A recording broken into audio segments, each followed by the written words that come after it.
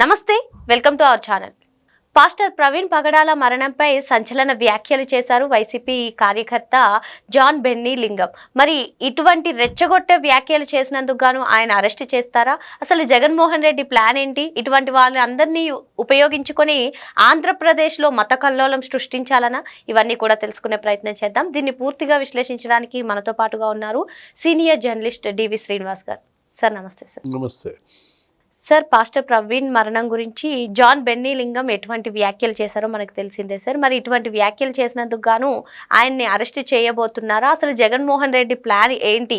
ఇటువంటి వాళ్ళందరినీ ఉపయోగించుకుని ఆంధ్రప్రదేశ్లో మత కల్లోలాలు సృష్టించాలనా? అసలు ఇంకా వైసీపీకి భవిష్యత్తు లేదని పసిగట్టిన జగన్మోహన్ రెడ్డి ఇటువంటి కొత్త నాటకాలకు తెరలేపుతున్నారా? ఏమంటారు సార్ మీరు? ఎవరి జాన్ బెన్నీ లింగం? ఏంటి ఇతని హిస్టరీ, గత చరిత్ర ఏంటి? అంటే వీళ్ళంతా కూడా పాస్టర్ల ముసుగేసుకున్నటువంటి ఉన్మాదుల్లాగా. ఇప్పుడు ఒక్క క్షణం బైబిల్ పక్కన పెడితే ఊచకోతకు వస్తాం. మాకన్నా మూర్ఖులు లేరు, మా దగ్గర యుద్ధం చేసే గుంపులు ఉన్నాయి, నేనెంత మూర్ఖుణ్ణి, ఈ విధమైనటువంటి మాటలు ఒక పాస్టర్ మాట్లాడే మాటలేనా? వీళ్ళకి అసలు పాస్టర్ లక్షణాలు ఉన్నాయి అంటే పాస్టర్ ముసుగేసుకున్నటువంటి సైకోల్. ఇవాళ వీళ్ళు మొత్తం రాష్ట్రం మొత్తం గ్రామాన చేరిన పరిస్థితి. గతంలో వీళ్ళు రాజశేఖర రెడ్డి భక్తులుగా, జగన్మోహన్ రెడ్డి అనుయాయులుగా వీళ్ళంతా వైఎస్ఆర్ కాంగ్రెస్ పార్టీ జెండా మోయడం, జగన్మోహన్ రెడ్డి చిత్రపటాలకు పాలాభిషేకాలు చేయడం. అంటే జగన్ ఎలా వీళ్ళని అటు డబ్బులు ఇచ్చా లేకపోతే పదవులు ఇచ్చా ఎలా పెంచి పోషించాడు. విమలారెడ్డి ఇటువంటి వాళ్ళనే ఈ రాష్ట్రం మీదకి వదిలేరా? జగన్ మేనత్త పాత్ర ఏంటి? ఆమె కూడా రాజమహేంద్రవరంలో ఆమె మాట్లాడారు. అంటే పాస్టర్ ప్రవీణ్ మరణాన్ని అడ్డం పెట్టుకుని ఆంధ్రప్రదేశ్లో మత కలహాలు రెచ్చగొట్టే ఒక కుట్ర జరిగిందని, ఆ కుట్రకి సూత్రధారి జగన్మోహన్ రెడ్డి అని వీళ్ళంతా పాత్రధారులుగా. పాస్టర్ ప్రవీణ్ అది రోడ్డు ప్రమాదంలో మరణించాడు అంటున్నారు. దానికి సంబంధించిన CCTV ఫుటేజ్లన్నీ ఇవాళ యూట్యూబ్లో కనపడుతున్నాయి. ఆయన ఏంటి హైదరాబాద్ నుంచి మోటార్ సైకిల్ మీద రోడ్డు మార్గంలో బయలుదేరటం, అసలు విజయవాడ జరిగేలోపే 2-3 చోట్ల పడటం, ఆయన ఒక 4-5 చోట్ల మద్యం కొన్నాడని చెప్పి ఏదో CC ఫుటేజీల్లో. అంటే అసలు అతను డ్రైవింగ్ చేసే పరిస్థితిలో లేరని, ఆయన ఒక మగతగా ఉన్నాడని, ఎక్కడో పెట్రోల్ బంక్ దగ్గర కూడా పెట్రోల్ కొట్టించుకోవడానికి వెళితే ఎంత కొట్టమంటారంటే ఆయన అసలు మాట్లాడకుండా 8 ఏళ్ళు చూపించాడని, 8 లీటర్లు కొట్టమంటారా 800 కొట్టమంటారా అంటే 8 లీటర్లు కొట్టండి అన్న మాటకి కొట్టాడని. మనం ఇవన్నీ కూడా వీడియోలో ఉన్న నేపథ్యంలో అక్కడెక్కడ విజయవాడలో పడిపోవడం, ఆ ఎనికేపాడు ఆ ట్రాఫిక్ పోస్ట్ దగ్గర SI సుబ్బారావు ఎవరో ఆయన్ని అక్కడ రెస్ట్ తీసుకోమంటాం, 3 గంటలు అతను అక్కడ నిద్రపోవటం. అసలు ఇవాళ మీరు రాజమండ్రి వెళ్ళొద్దు, పొద్దున్నే బయలుదేరండి అని అతను సలహా ఇచ్చిన అప్పటికే హెడ్లైట్ పగిలిపోయింది, బంపర్ ఊడిపోయింది. అంటే అదేదో ఆ హెడ్లైట్ కట్టడానికి తాడిద్దామని వాళ్ళు లోపలికి వెళ్తే ఆ SI సుబ్బారావు లేకపోతే ఆ టీ కొట్టు అతను వచ్చేలోపు ఈయన వెళ్ళిపోవడం. ఆయన బయలుదేరిన తర్వాత కూడా మళ్ళీ ఏలూరు అక్కడ మళ్ళీ మద్యం కొనడం సంబంధించిన ఈ CC ఫుటేజీలు.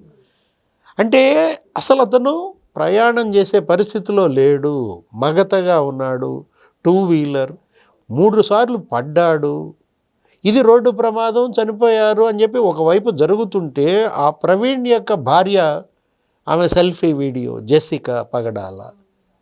దయచేసి ఇందులో మీ రాజకీయ లాభాలు పక్కన పెట్టండి. నా భర్త మరణం మీద ప్రభుత్వ దర్యాప్తుపై మాకు నమ్మకం ఉంది, ఆ దర్యాప్తుని సజావుగా సాగనివ్వండి.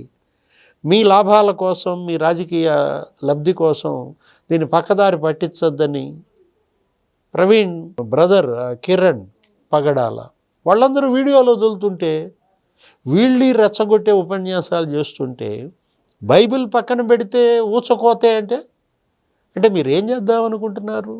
హత్యలా? చంపేద్దామనా? అంటే జనాన్ని చంపేసి ఇక్కడ ఆంధ్రప్రదేశ్ అల్లకల్లోలం చేసేసి రాష్ట్రపతి పాలన తెద్దామనా? మనం చూసాం గతంలో జగన్మోహన్ రెడ్డి ఢిల్లీలో ఒక పెద్ద ధర్నా చేశాడు. చంద్రబాబు సీఎం అయిన 4 రోజులకే 36 మందిని చంపేశారు అని చెప్పి అతను అక్కడ పెద్ద ఫ్లెక్సీలు పెట్టి ఢిల్లీలో తను ధర్నా చేస్తానికి కూర్చొని అసలు అఖిలేష్ యాదవ్ని ఇంకెక్కడెక్కడో ఆ ముస్లిం లీగ్ వాళ్ళని ఇతర పార్టీల వాళ్ళని పిలిపించుకొని తన పక్కన కూర్చోబెట్టుకోవటం, ప్రసంగాలు చేయడం.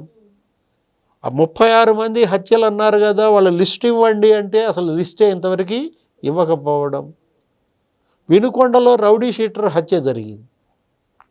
ఒక రౌడీ షీటర్ ఇంకో రౌడీ షీటర్ను చంపాడు. ఇద్దరు వైసీపీ వాళ్లే గతంలో. వాళ్ళు ఏదో వాళ్ళ యొక్క పంచాయతీ దానికోసం చంపుకు చేస్తే అది మళ్ళా పార్టీ రంగు పూసి తెలుగుదేశం వాళ్ళు వైసీపీ వాళ్ళని చంపారని. అంటే ఆర్థిక వివాదాల వల్ల, ఇళ్ల స్థలాలు, లేకపోతే భూముల వివాదాలు, లేకపోతే మహిళల వివాదాలు చంపుకుంటుంటే దానికి రాజకీయం ఏంటి? ఇప్పుడు ఇవాళ మళ్ళీ అతను రాఫ్తాడు వెళ్తాడంట, ఎవరు, జగన్మోహన్ రెడ్డి. అక్కడ మళ్ళీ ఫ్యాక్షన్ చిచ్చు పెట్టాలని ప్రయత్నం. ఇప్పుడు అక్కడేంటి, ప్రశాంతంగా ఉన్నారు. ఇప్పుడు ఆ తోపుదుర్తి ప్రకాష్ రెడ్డి ఆ బ్యాచ్ వాళ్ళు ఓడిపోయారు. పరిటాల సునీత గెలిచింది. వెంటనే మళ్ళీ పరిటాల కుటుంబం మీదకి ఈ మధ్యల చెరువు సూరి కుటుంబాన్నో లేకపోతే ఆ ఓబుల్రెడ్డి కుటుంబాన్నో ఎగదోసి మళ్ళీ చంపుకుని. గతంలో సునీత మొన్న కూడా మాట్లాడింది, కారు బాంబు, టీవీ బాంబు వల్ల 45 మంది హత్యకు గురయ్యారు, నష్టపోయింది మా కుటుంబాలు, పరిటాల కుటుంబం, మధ్యల చెరువు అది సూరి కుటుంబం, ఓబుల్రెడ్డి కుటుంబం. అమాయకులు బలవుతున్నారు, జర్నలిస్టులు కూడా చనిపోయారు ఇక్కడ హైదరాబాద్ ఈ బాంబు పేలుళ్ళలో స్టూడియోలో అని ఆమె విజ్ఞప్తి చేస్తే మళ్ళా గంగుల భానుమతిని తీసుకొచ్చి ఆమెతో మాట్లాడించి. అంటే ఏంటి, తోపుదుర్తి ప్రకాష్ రెడ్డి మళ్ళా గెలవాలన్న దీనికోసం, మళ్ళా నీ అధికారం కోసం మళ్ళా ఫ్యాక్షన్ రెచ్చగొట్టడమా?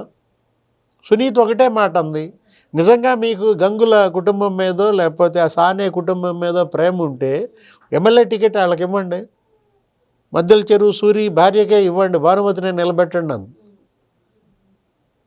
దానికి సమాధానం లేదు. అంటే జగన్మోహన్ రెడ్డి మళ్ళీ రాఫ్తాడు వెళ్ళి అక్కడ మళ్ళీ చిచ్చు పెట్టాలనా?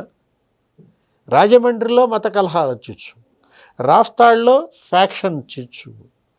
అంటే రాష్ట్రం రావణ కాష్టం చేయాలన్నట్టుగా ఇవాళ అతను కుట్రలు. ఇప్పుడు ఈ కూటమి ప్రభుత్వం, ముఖ్యమంత్రి చంద్రబాబు, డిప్యూటీ సీఎం పవన్ కళ్యాణ్ కూడా కేవలం అభివృద్ధి సంక్షేమం మీద దృష్టి పెడితే చాలదు. మీరేదో పెట్టుబడులు తీసుకొస్తాం, పరిశ్రమలు నెలకొల్పుతాం, యువతకు ఉపాధి కల్పిస్తాం, లేకపోతే మీరు ఇచ్చినటువంటి సూపర్ 6 అమలు చేస్తాం, ఉచిత బస్సు ప్రయాణం ఇస్తాం, ఉచిత గ్యాస్ సిలిండర్ ఇస్తాం, పెన్షన్లు పెంచుతాం. సరే ఇవి చేస్తే చేయండి, ఇవి చేసిన జనం అది కాదు. ఇప్పుడు ఇవాళ ఏంటి, ఈ అరాచకాన్ని అణిచేయాలి, ఈ అరాచక శక్తుల్ని అణిచేయడం అనేది ఇవాళ ఒక పెద్ద ఛాలెంజ్. ఇప్పుడు అతను ఎవరు, జాన్ బెన్నీ లింగం ఎక్కడున్నాడు, జంప అరెస్టా? ఎందుకంటే మాజీ ఎంపీ హర్షకుమార్ కూడా ఇలాగే రెచ్చగొట్టే ఉపన్యాసాలు చేశారు, కేఏ పాల్ చేశారు. హర్షకుమార్కి 174 నోటీసులు ఇచ్చారంట. మరి రేపు మాప అతను విచారణకు పిలుస్తారు. ఇప్పుడు జాన్ బెన్నీ లింగం అరెస్ట్ అవుతాడన్న భయంతో జంప్ అయ్యాడా?